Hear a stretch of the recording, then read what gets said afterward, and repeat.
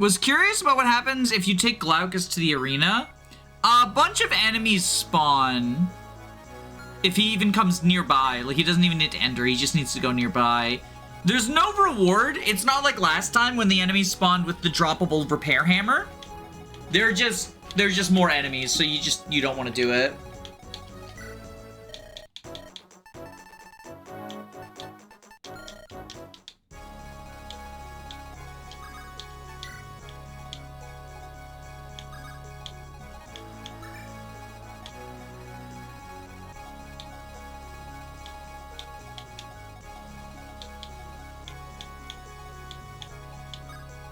Mr. Combustion.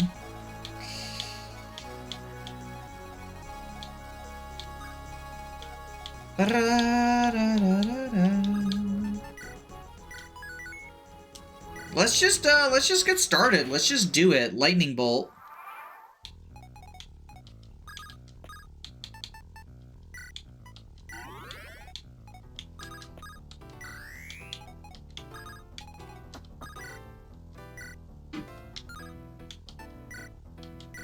Crit? No crit. Sad. Glaucus has a funny combo if you take him to the house that talks about the arena. Yeah, I did that by accident in my first playthrough. It was quite humorous.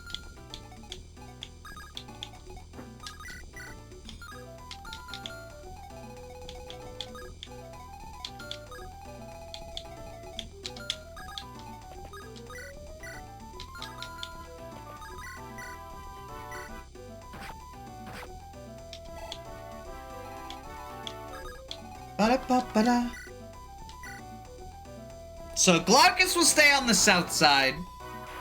This map should be a lot easier than the previous one.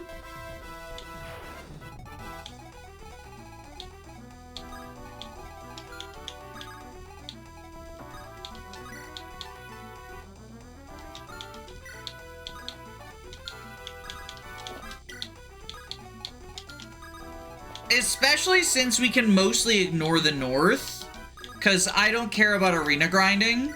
I mean, I don't think going to the arena would matter at all. Why would you bring Glaucus here? Because he's just a good unit? Like, there's a lot of water to fly over and he's got good hybrid stats. Why wouldn't you bring Glaucus here? Is the concern, like, Glaucus isn't allowed near the arena? Just don't bring him near the arena. There's a big map. There's a lot of places to go. Aside from just, you know, near the arena.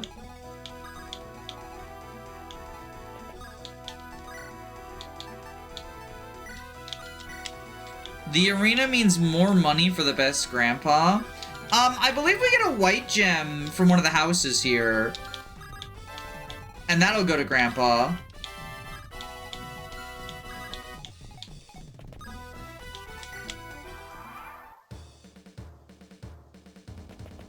Euphroxia's portrait is sick. I like it. It's facing the opposite way from most portraits. It feels sly. Like she's scheming.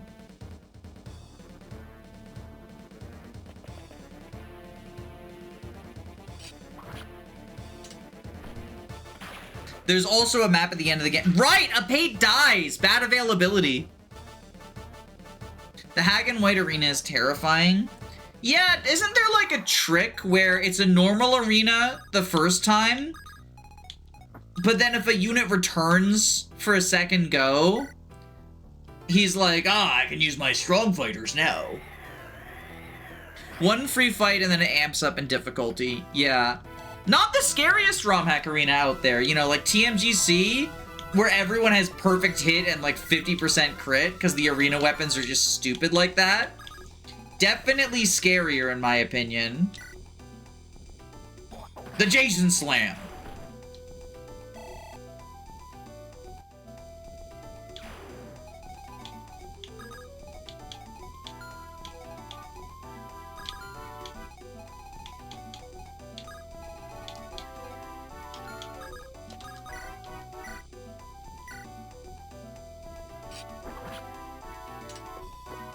Yes, until you go Hoplon Guard Flynn. Even Hoplon Guard Flynn, you know, like, people love Flynn, but he's still a Myrmidon. So there's that frailty. There's that inherent frailty, you know? The frailty of life.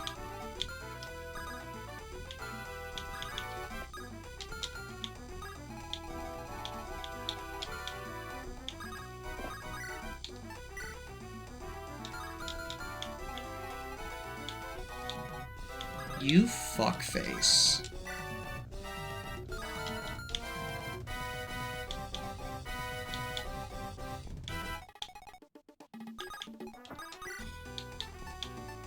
This bitch is so scary.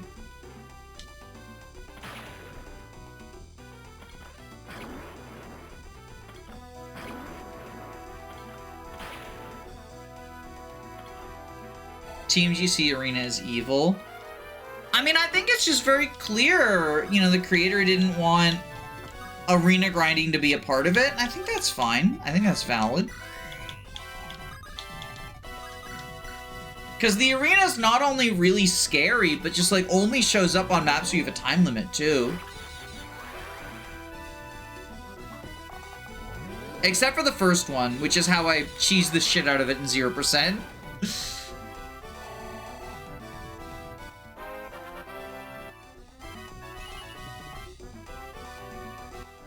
Outside of 13. Yeah, that's the one I was talking about, where I cheese the shit out of it in 0%.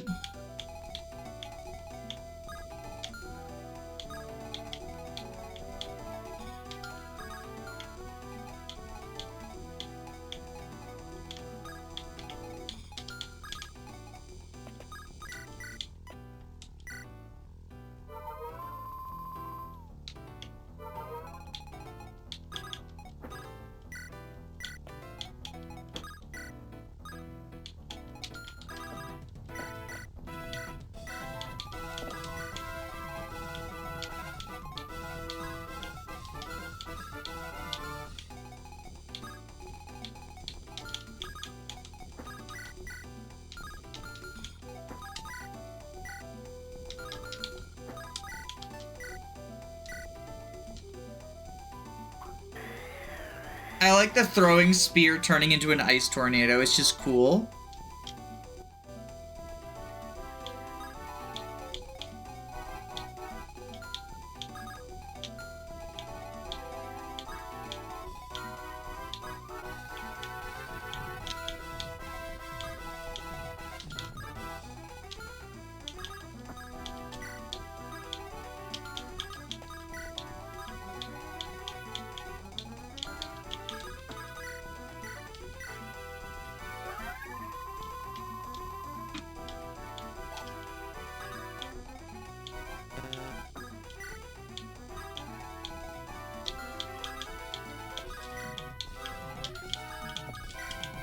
I thought I could train Sam.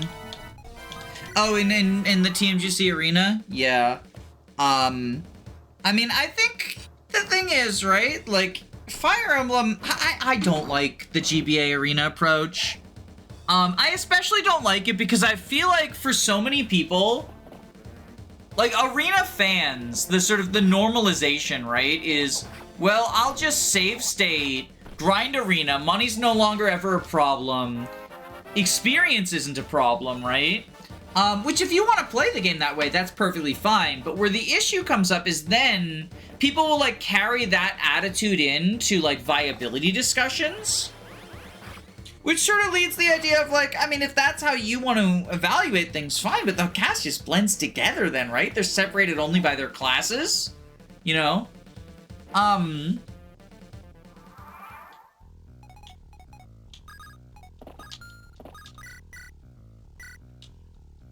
Which I think is a boring way to look at things. I also just find it unfun. I think it was fun. The initial intention was fun. The high stakes gamble was fun. I think the problem with arena grinding. When you negate that tension and it's just free experience, it's a lot less fun. And I know, you know, grinding is fun for some people. Nothing wrong with that. Everyone approaches games different ways. I've got the Final Fantasy III polls going right now, and we've got Onion Knight Glazers. No, you don't understand. Level 99, good stats. Please ignore the fact they can only use the mithril sword. No, no, no, no, no. You just go to the final dungeon. Grind for onion gear. What, the rest of the game? No, the rest of the game doesn't exist. It's just the final dungeon. S tier class. But like, if we're having a sort of a viability discussion, right? I think there's got to be some sort of baseline. I also think like just what is the appeal of like? I guess it's the power fantasy, but then why play on the higher difficulties if you just want the power fantasy? Well, and I guess it's because of the gamer difficulty boner thing, right? Where you're a fake gamer if you play on normal mode. Which, like, no, if you want to mow through enemies, play on normal mode. It's fine. The cops aren't gonna show up to your house to confiscate your Game Boy Advance. Just because you decided Elliewood mode is better than Hector mode, which it is, by the way. Hector hard mode, cutting deployment slots, is an unfun feature. If you want to have fun with FE7, first off, don't play FE7. But second off, be okay with playing on the lower difficulties. Like, I genuinely think the game becomes 20 times more fun if you just give up on the elitist attitude and you're fine playing on lower difficulties.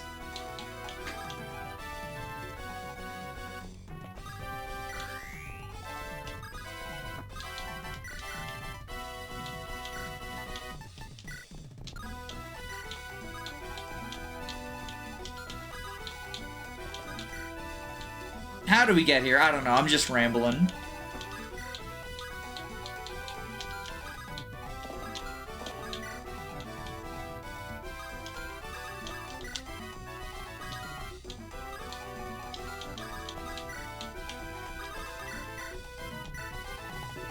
I only got to FE when I learned to enjoy lower difficulties, at least for first playthroughs. I think for mainline Fire Emblem, for me, a first playthrough is always going to be middle difficulty. ROM hacks, I actually trust ROM hack creators to accurately report, like, the intended experience, intended difficulty, whatnot. But I love Engage Maddening Mode. And I've even come to enjoy Three Houses Maddening Mode, even if it is ass at times and has frustrating elements. I do enjoy it. I think if my first playthrough of either of those games had been in those difficulties, it would have killed my enjoyment so goddamn much.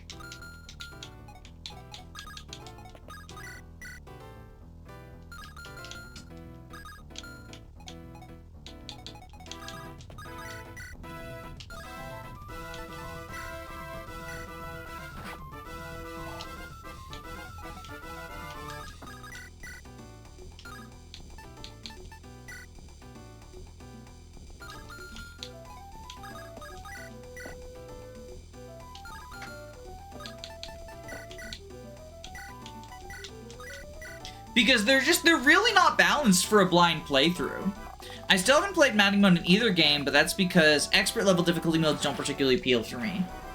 And that's fine! That's fine! The gap between hard and maddening is too large, but that's not just a hard maddening problem. Have you played normal mode? In Engage? Normal mode in Engage is you know, the free win simulator. And again, there's nothing wrong with that, but you get infinite turn wheels and absurdly low-statted enemies. And to me, just to me, that's not fun. You know, not everyone has to have the same opinions, enjoyment. But that's not what I'm looking for in a Fire Emblem.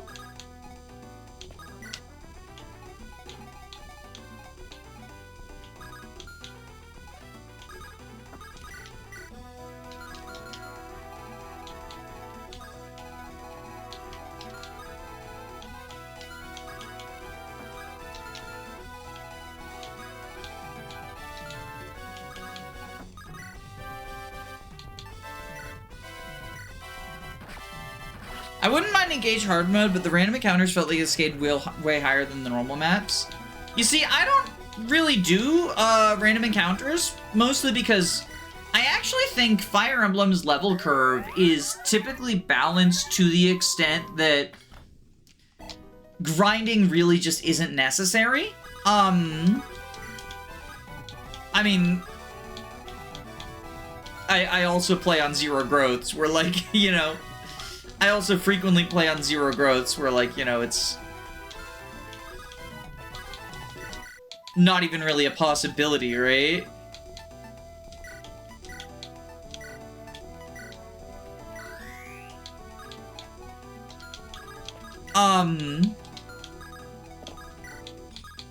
But I do agree that, like, weirdly, it seems like it's intended, like, if I had to guess, I would say it's an intended anti-grind feature, where not just on Engage, like, this was also the case in Awakening, where grind maps tend to have much higher leveled enemies than story maps.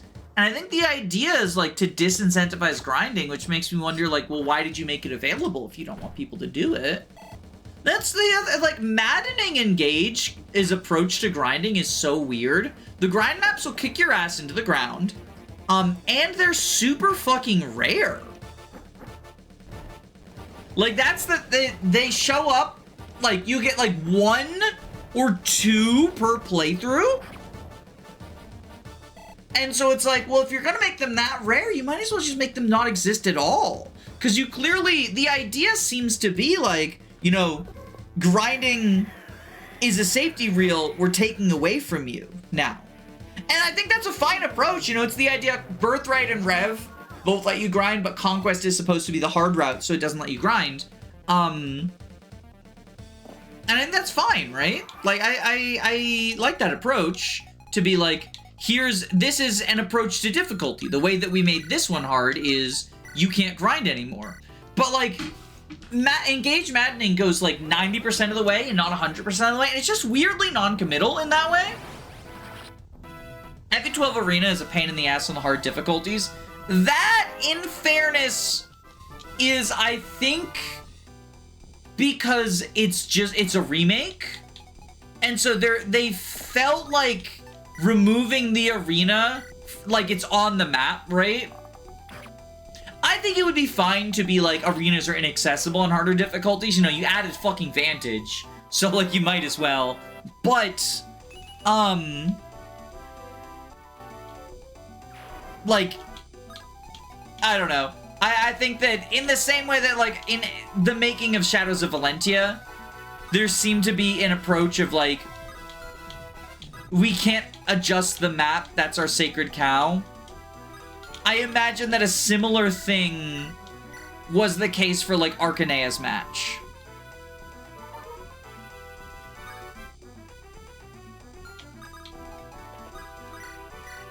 I don't enjoy Engage, even if I do think Maddening is intentionally designed. Yeah, I think most of Maddening has really, really good design elements. I mean, it's been spoken of so many times, the idea of, like, you know, Etier one-shotting flyers on her join map, and then she needs Divine Inspiration to do it on the next map. Like, how well it sort of tutorializes you on so many functions. 34, 15...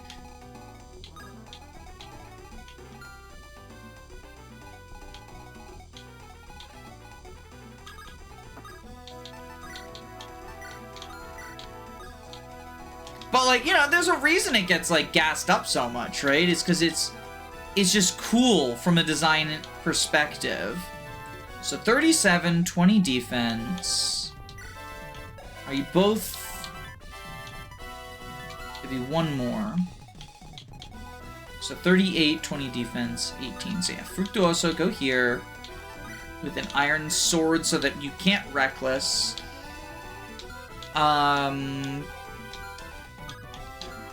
Meter over here. Because I guess goes here. We gotta get rid of y'all as well. First, let's rally. Like, that's the first step.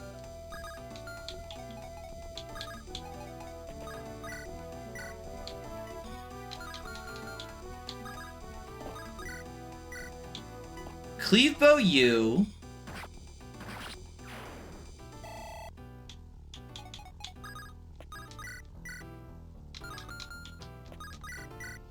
Maelstrom. The engage map that I don't enjoy on Maddening is the dock map, the one after the boat map, where every village is corrupted inside, and Mauvrier has the 5-unit warp staff. I'll be for real, I don't enjoy that map on any difficulty. I mean, I haven't played it on easy, but I imagine I wouldn't enjoy it on easy either. I think it's just a bad map, if I'm just being honest. Specifically because the enemies with warp staff, it's a cool idea.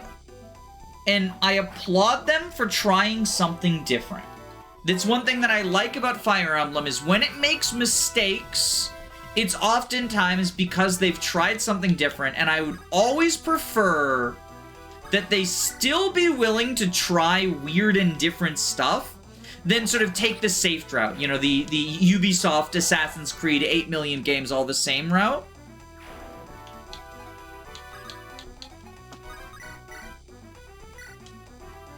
But the fact you can't effectively check enemy ranges in a map with so many threatening enemies, obviously made worse on Maddening mode, as your units are relatively frailer.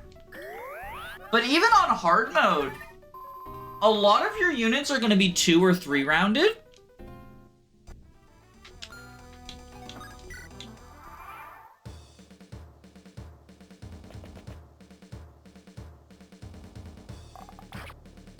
If not 1-rounded, you know, if you're using Hortensia, she gets 1-rounded by a lot of enemies on Maddening mode because she's not a combat unit. You're using, like, From, Linden, like these staff utility units. And there's a limit to the warp range, obviously. It's a limited range, but even then, it covers so much of the map, especially since the people getting warped are mounted units, so they have, you know, higher range in that regard as well.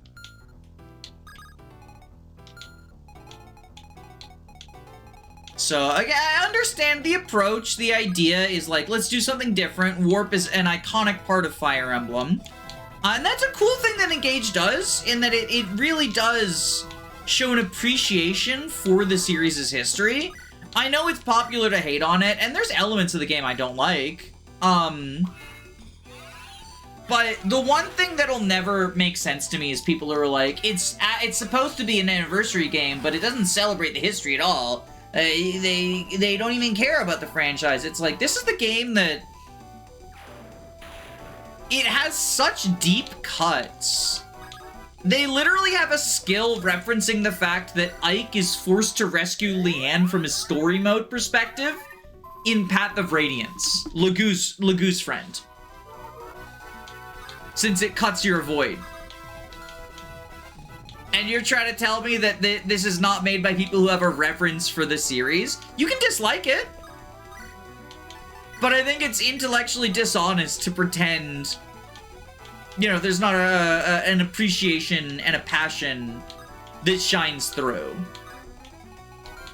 You've got the darting bow, which would give you 16 AS. So you still don't double. With the darting bow, 9 might on top of your ridiculous 24, 33 plus reckless. She lives.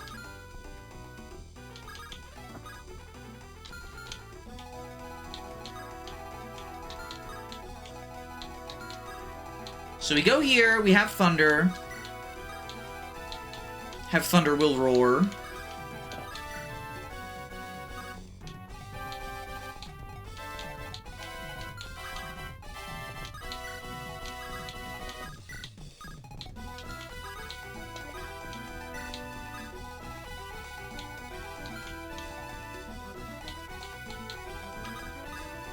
Mimic.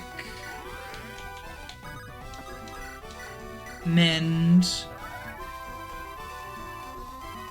see a lot of critiques in Engage in just bad faith. It's so much easier just to say you don't like the game. Yeah, I mean, like, not everything is made for everyone, right? Like, and I think that explaining why you dislike something is not only valid, but I think it's, like, an important part of, like, critically engaging with media and learning why something works or doesn't work for you. 30 versus 13, 17.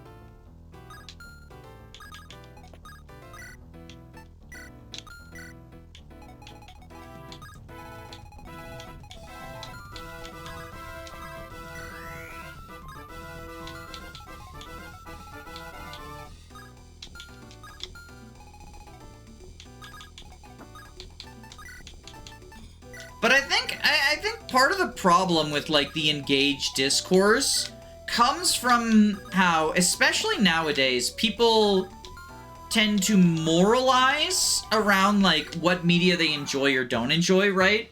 It can never be like, you know, I don't like this thing. It's immoral if you like this thing, right?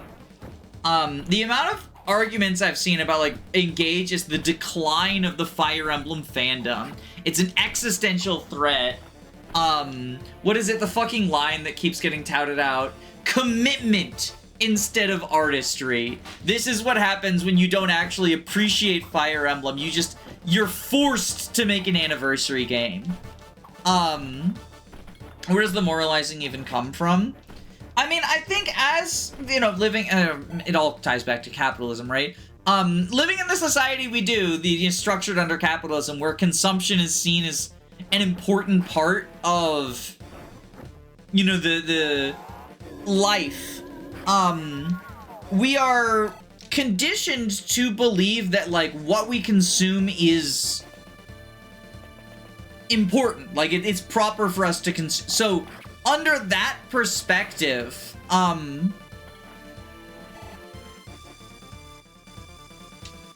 if you're told, like, you know, it's important for you to... Yeah, capitalism, exactly. Unironically, I think Fire Emblem Echo Shadows Valenti is the most boring game I've ever played, but people like it, and that's cool. Yeah, I liked it in the first playthrough, but I think I kind of forced myself to for my first few playthroughs. Like, if that makes sense. I've gotten myself in a spot of trouble. I've gotten myself in a pretty big spot of trouble, actually.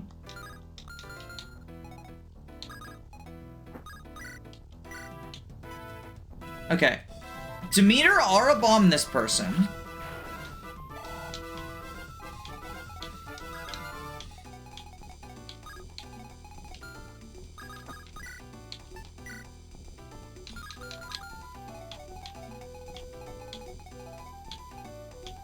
Glaucus, can you Kestros? Oh, it's not enough.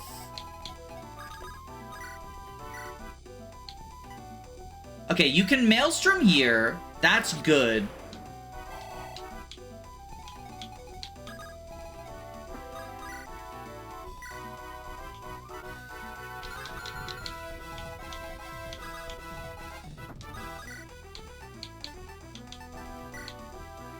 Steel Axe.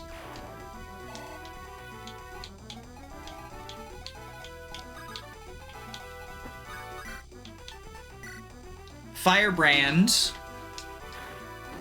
I liked Engage the first time through. Every time I replay it, drop it midway through.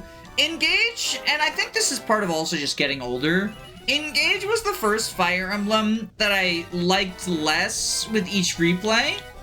But now that has started happening with others, and I think it's just... I'm realizing that, like, for me, I think, like, a first playthrough is more important.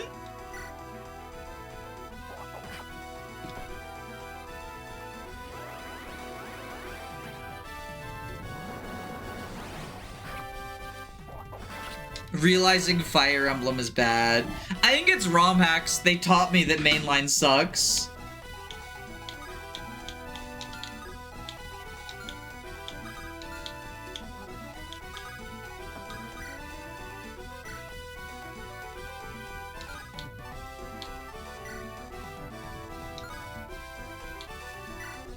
Use the iconic steel axe. The DLC drags Engage down hard. Which do you mean? The campaign? Like the sucky-ass fucking Velxenologue? Or the rings? I think both are probably actually a net negative. I hope Fortune's Weave doesn't have DLC. I don't know. I feel like the DLC has never really been good.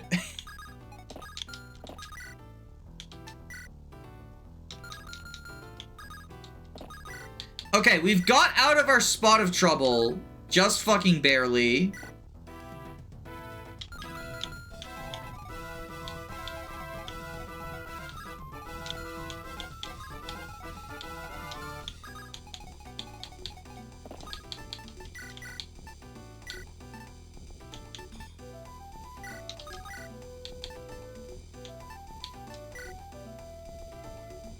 Look at that. Perfect. I want to use the reunits from, but playing the Xenologue makes it worse. I think it's so bizarre that playing the Xenologue once doesn't just unlock those units. I mean, everything about the way Xenologue was implemented is done poorly. Even if you like the campaign, you gotta admit that, like, the scaling is done in a weird way.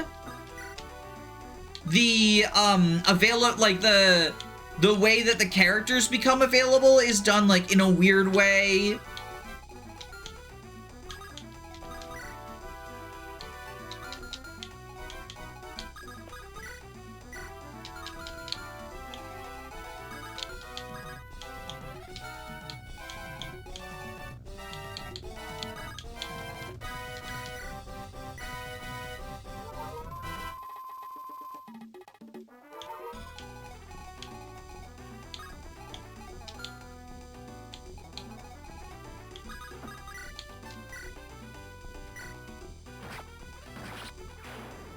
I like the final map of Xenologue on Maddening.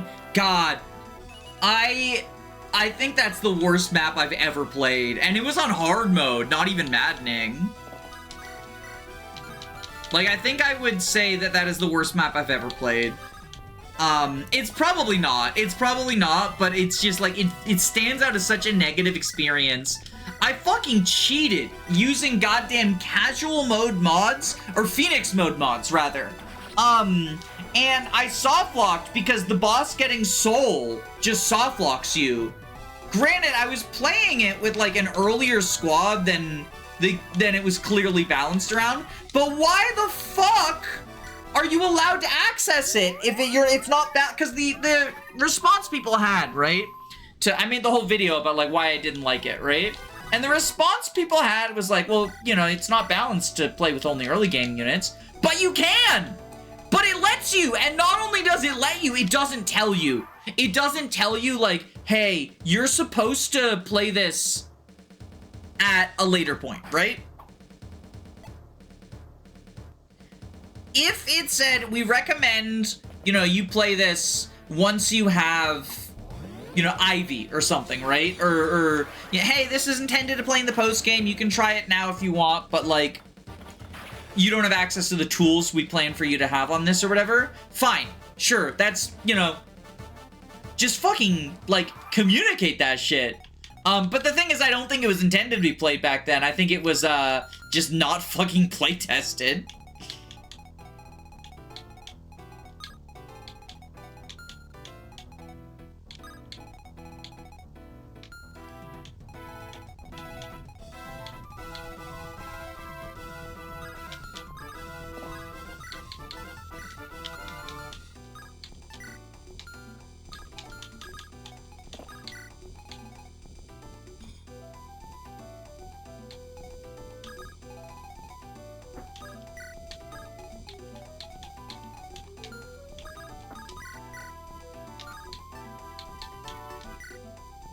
Okay, we Luna you.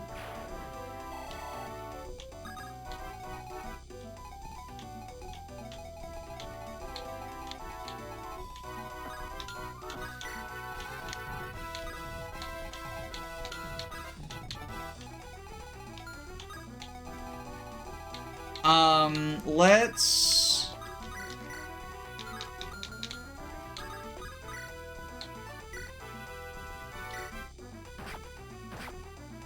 The Battle of the Hoplites.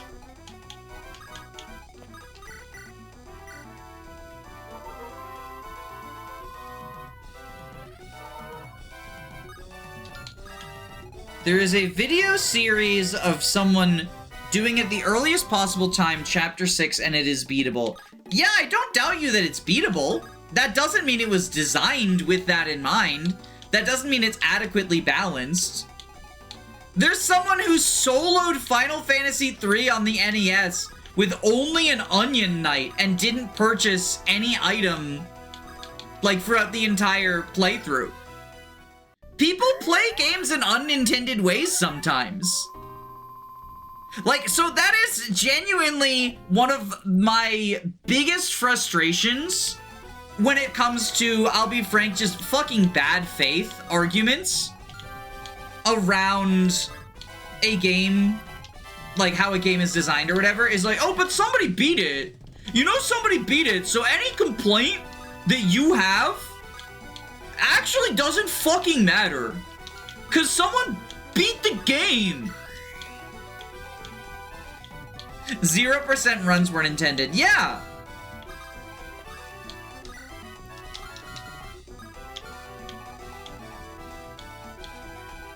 Just because it can be done doesn't mean it should be done. Precisely. Precisely.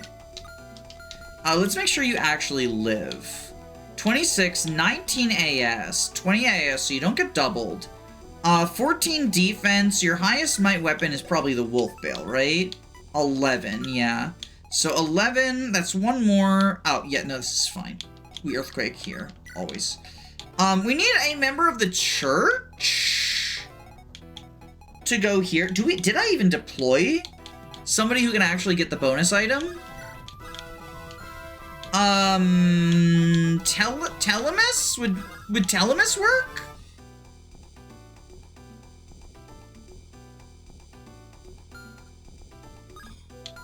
Does anyone know the full list of characters who can get the bonus item at the church?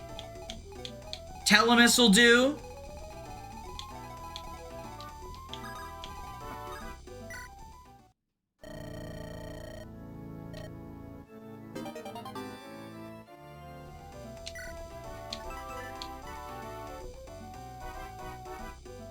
That's the Telemus item.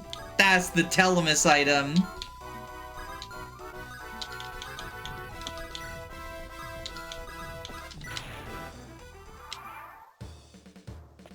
Demeter can? Oh, I mean, so I thought, I figured they wouldn't recognize God. That's a good herb. Yeah, it's dragon herbs, basically. 0% growths are proof. An exercise is proof growths move very little in Fire Emblem games. I don't know if that was the intention, but I disagree with it as a conclusion. I think there are people who will use the existence of 0 growths runs as an excuse to disregard growths when it comes to, like, unit evaluations or whatever. But I think that's on the same level as the argument of, like, somebody beat Fel Xenologue in Chapter 6, you know? I think that, and this is, like, just a gamer brain rot thing, people forget that challenge runs are challenge runs because they are challenging. They're more difficult than playing normal.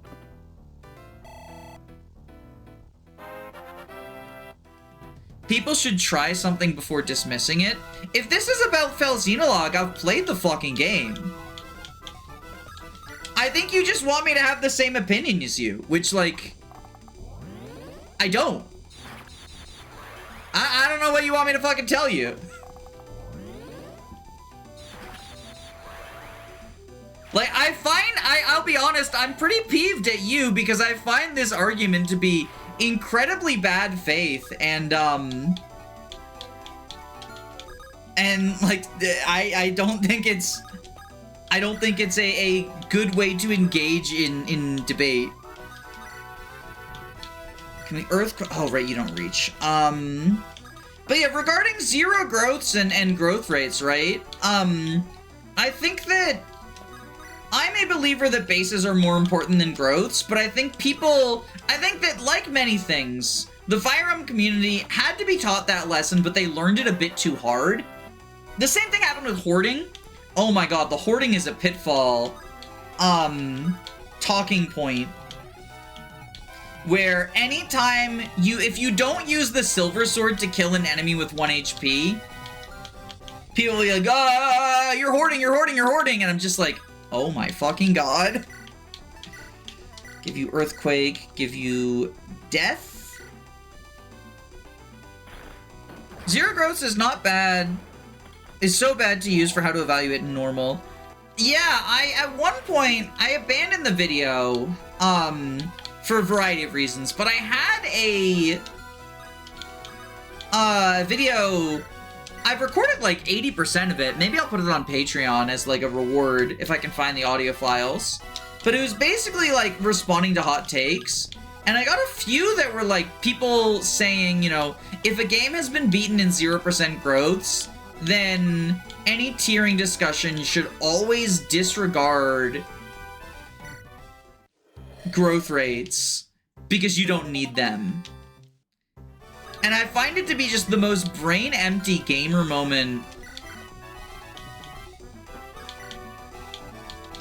Like, when I read that, my eyes rolled so far back in my head.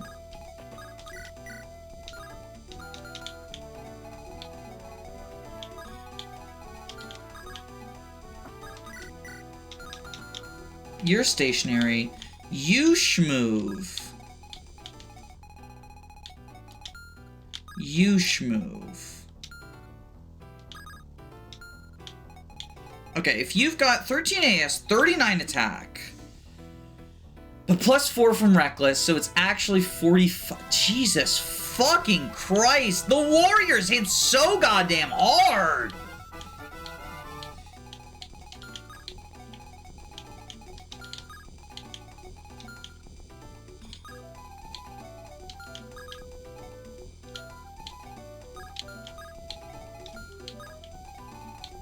Like, ridiculously so. Okay, we'll go here.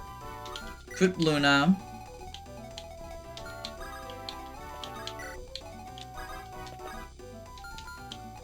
One. Okay, you've got Spear, so 1, 2, 3, 4. Yeah, okay, so we can do this. Take. Drop. Mend. Mend. Rutger is the only good unit until chapter 20. Evi fans are so weird sometimes. I think it's more... I used to think it was an Effie fan thing, and... in fairness, like, to some extent, I'm sure it still is. This is a series that leans, you know, fairly conservative in, like, a lot of its themes. So, you get a lot of, like, more conservative persons in terms of you know, fan base or whatever. But I think it's more just like it's the gamer in us all, right?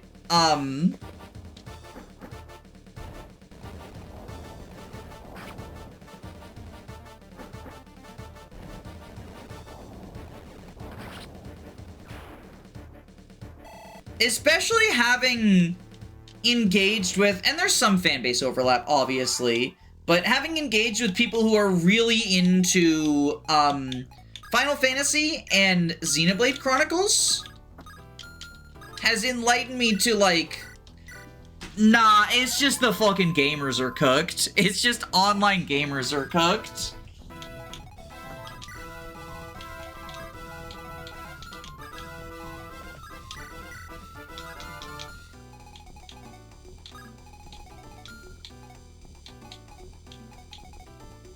Who's got the Hoplon guard? I think it's on the other side, ain't it? Yeah, that's unfortunate. Because the Thunderbolt.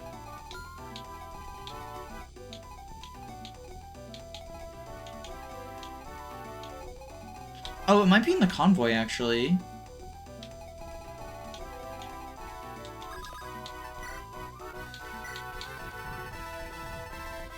It is. Okay. Let's give Hoplon Guard to you, Jason.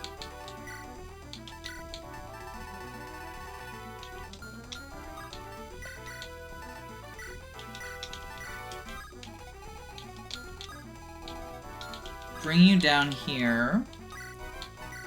Earthquaking?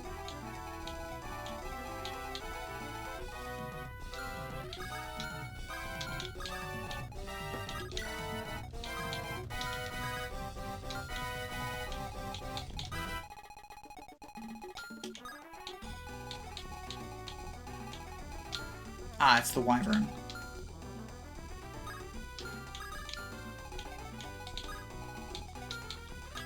One, two, three, four, five. 20 AS, 14 AS, 37 fucking attack. Like, ridiculousness.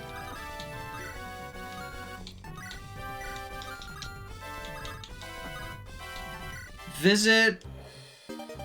Get the white gem. Canto down to there. Okay.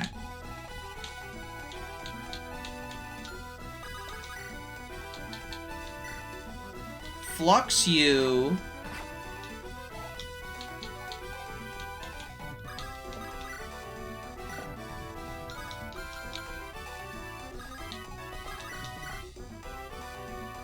Iron Bow. There we go. Okay. I've seen people discuss the meta for Metopia. Yo, I had... Because I made a short talking about, like, why the tank seemed like such a bad... Or not a short, it was like an Ice Rider clip. Because on my Metopia playthrough, which I abandoned because, sorry Metopia fans, that playthrough's done. I wasn't having fun. And I decided life's too short to keep playing the game I wasn't having fun on. But the tank seemed, and I'll be honest, I still think is pretty bad. But it seemed like really bad, so I made I rambled about it a bunch on stream, like, wow, this class sucks. And then I made a clip compilation where, like, all the clips of, like, every time the tank would do something and I'd get mad, I just put them together in a clip compilation, right?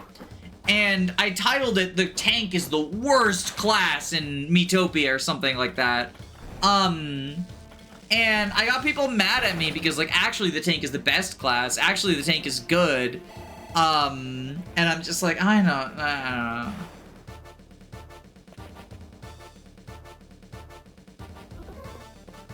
Tank is bad, it has 0 speed as a class stat. I mean, I think the fact that, like, what was it? If you don't give it, like, mana food, it can't even, like, use its normal, like, when it unlocks its first ability, it can't even, like, use it. Or something like that.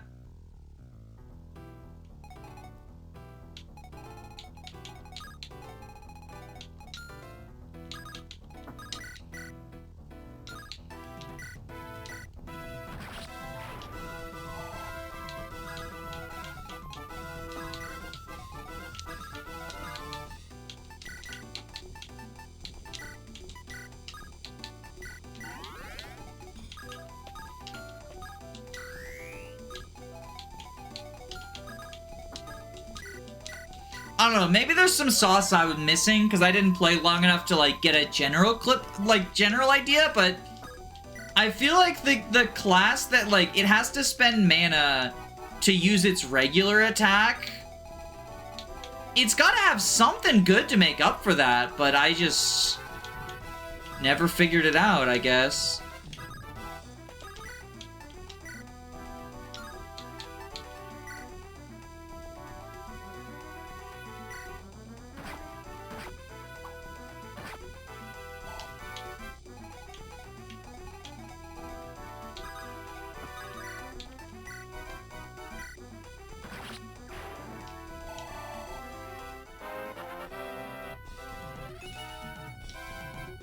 Two MP is a really small fee compared to the other problems.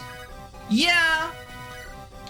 It's definitely not its biggest problem, but it was the first one I noticed, and it feels really bad.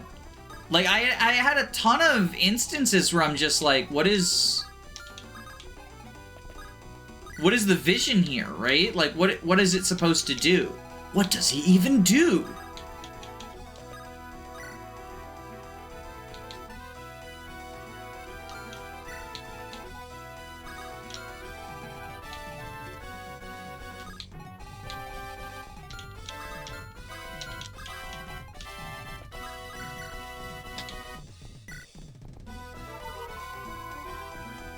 Does Kingmaker Nana stack? It does not. Kingmaker gives the charisma skill, and Nana already has the charisma skill. And multiple instances of charisma don't stack either. If you have 2 units with charisma, you still only get 1 charisma boost. But it lets you spread it out or use it when Nana's fatigued, or if she's like benched or dead in an Iron Man or something. Nana found dead in a ditch.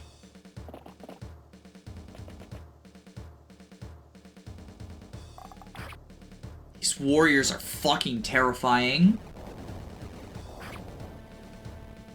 Was that different in FE4? It was! It was! Charisma is weaker in FE4, it's only 10, but you can stack multiples, so you can get up to 30 with all 3 charisma users. Charisma stacking was in 4? Yes. And it's good, you know, 30 hitting a void is a meaningful jump, especially in 4, which is a game where you often find a lot of units fight hordes of foes and sort of rely more on a void than literal tanking.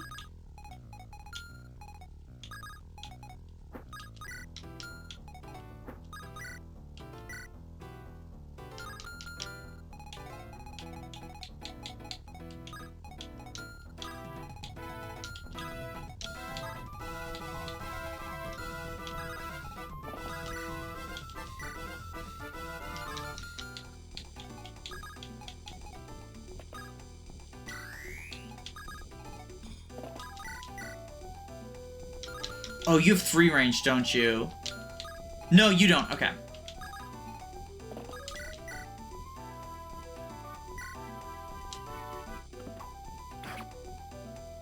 Oh, chat, you're right! Genie does have hair. Damn. I'm just picking up on it now. The hair moment.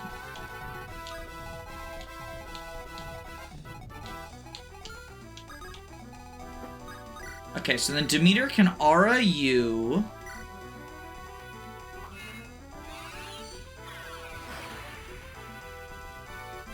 I like how the weapon ranks are the 7 deadly sins. Yeah. And then there's the S rank staff you never get to use. Is the S rank staff recover? Is that Euphraxia's staff, or is it something different?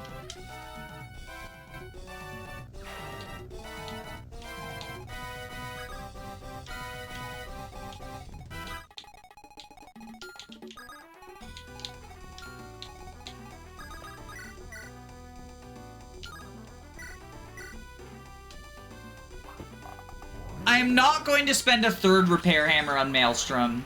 We're about to get Cupid. Why are you calling Sandy Euphraxia? They're the same person, smiley face. Like mother, like daughter. No, I just got them mixed up. There wasn't a reason for it. I made an oopsie.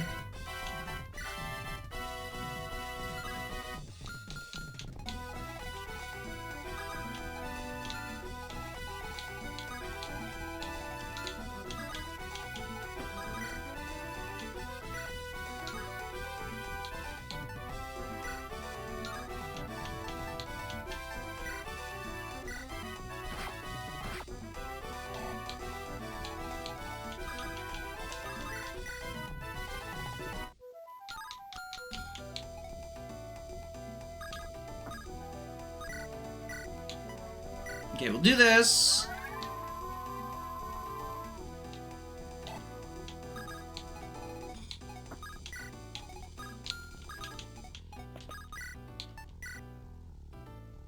Earthquaken.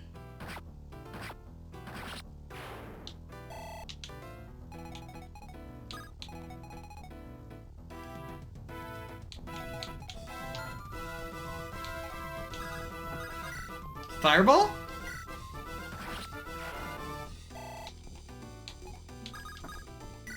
Reposition.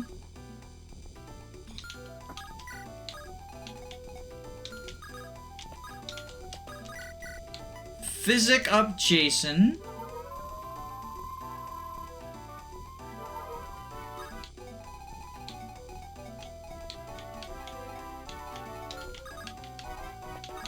If I recall, Roger Ren used bow warriors a lot because snipers had a crit boost, so they weren't used regularly. I think bow warriors are neat. I think bow warriors are neat as well. And they get the reckless bonus, so it's like, sort of punishes you for having 1-2 range. Bow warriors as a solution to sniper crit bonus is such a cool design choice. Because I talked about this last stream, how like enemies with crit bonus end up causing problems for, well, the fact that they can just crit you, right?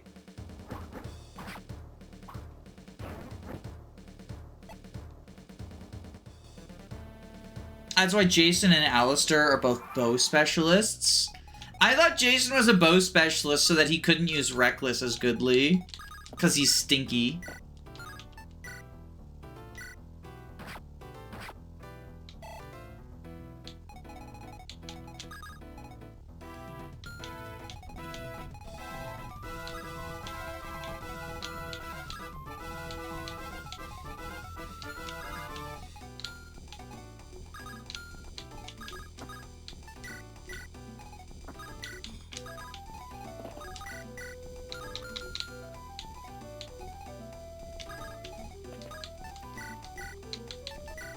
Fuck! Not the end of the world. I just would have liked to trade the iron bow so I don't waste a cleave bow there, but that's fine. We do this. Jason is the least popular character according to Pulp. Cronus beat him up, but 2.0 pushed her ahead. Jason is, he's quite a Jason. He's quite a Jason character. He's a silly little goose. If only we had Coronis here for Bowbreaker shenanigans, smiley face.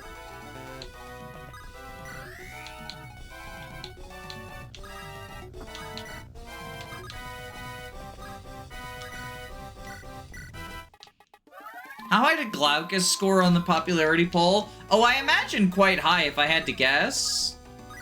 You know, we've got the gambler moment, which people love, and then, like, turning into a wyvern. Lopez won the poll, I bet. Either Lopez or Begonia. Honestly, from a character perspective, I like Begonia better. I think Begonia is, like... Oh, you have a combo.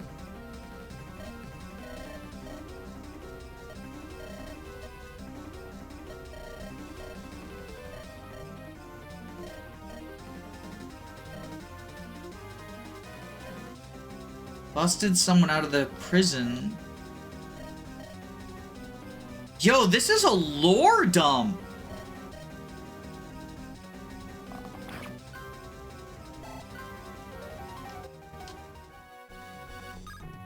Right now, Lopez is winning. Most of the time I found it's Begonia.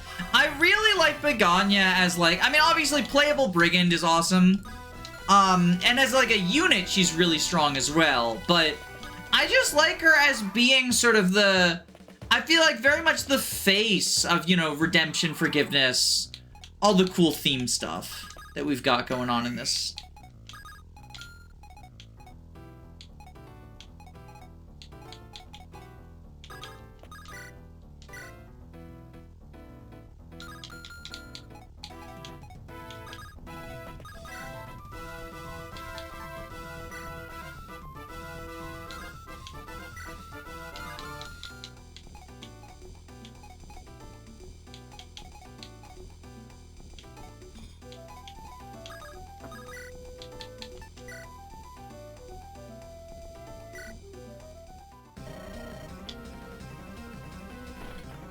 No Telemus crit. Sad.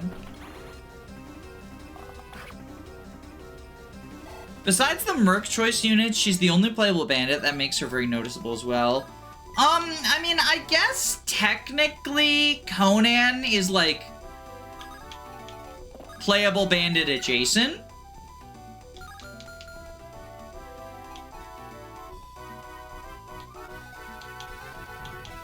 Because he's a berserker, right? 50 damage.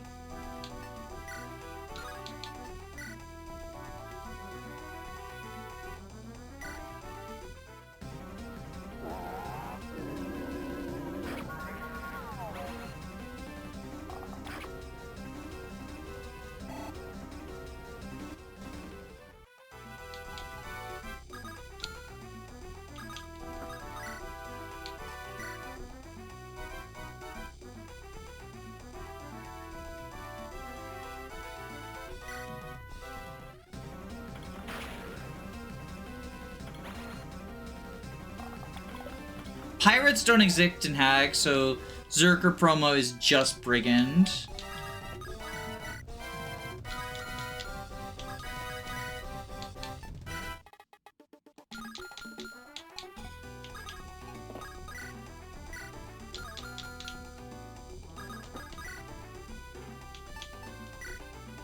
Okay, there we go. Was trying to get just a better hit rate.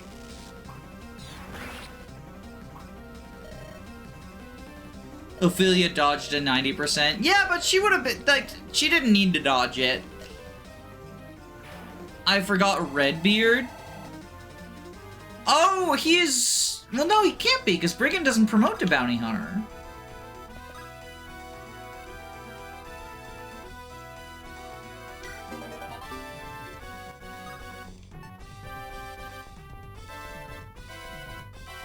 Pirates promote to Bounty Hunters. Oh, because of the eye patch. White lie. The lie in white. The Hag in lie.